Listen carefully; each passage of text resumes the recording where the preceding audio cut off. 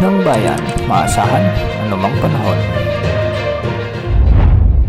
Magandang araw po sa ating lahat. Narito ang update sa lagay ng panahon ngayong araw ng Sabado, September 21, 2024. Sa ngayon nga ay nakalabas na ng ating Philippine Area of Responsibility si Bagyong Igme at ngayon ay huling namatan ng pag-asa sa layong 515 kilometers hilaga-hilagang silangan ng Itbayat, Batanes. Taglay pa rin ang lakas ng hangin na umaabot sa 55 kilometers per hour malapit sa gitna at pagbugso namang umaabot sa 70 kilometers per hour. Patuloy itong kumikilos ng hilagang kanluran sa bilis na 35 kilometers per hour.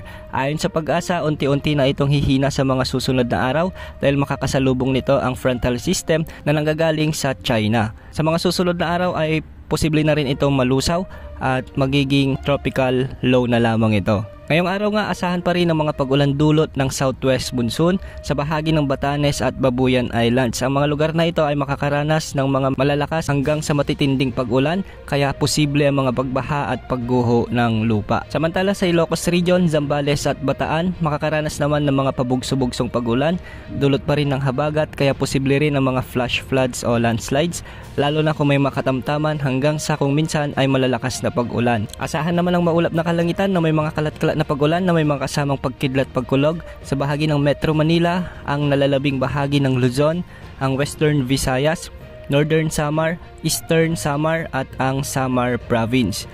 Posible rin ang mga biglaang pagbaha o pagguho ng lupa lalo na kung may mga katamtaman hanggang sa kung minsan ay malalakas ding pag-ulan. Samantala sa nalalabing bahagi ng Visayas ay asahan naman ang bahagyang maulap hanggang sa maulap na kalangitan na may mga isolated rain showers or thunderstorms. Dulot pa rin ito ng umiiral na southwest monsoon at hindi rin inaalis ang posibilidad ng mga biglaang pagbaha o pagguho ng lupa kung may mga severe thunderstorms.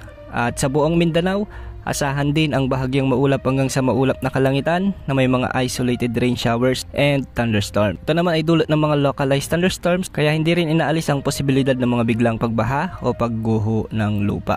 Samantala wala namang nakataas na gale warning sa anumang bahagi ng ating bansa ngayong araw, ngunit magiging mapanganib pa rin ang paglalayag ng mga maliliit na sasakyang pandagat kasama na yung mga motor bangkas. Hanggat maaari ay iwasan muna ang pumalaot sa bahagi ng Batanes at Zambales, sa may Babuyan hanggang sa may Bataan. Posible rin ang matataas na pag-alon sa bahagi ng mainland Cagayan, kaya mag-ingat po lalo na yung mga kababayan nating mangingisda na nais pumalaot ngayong araw.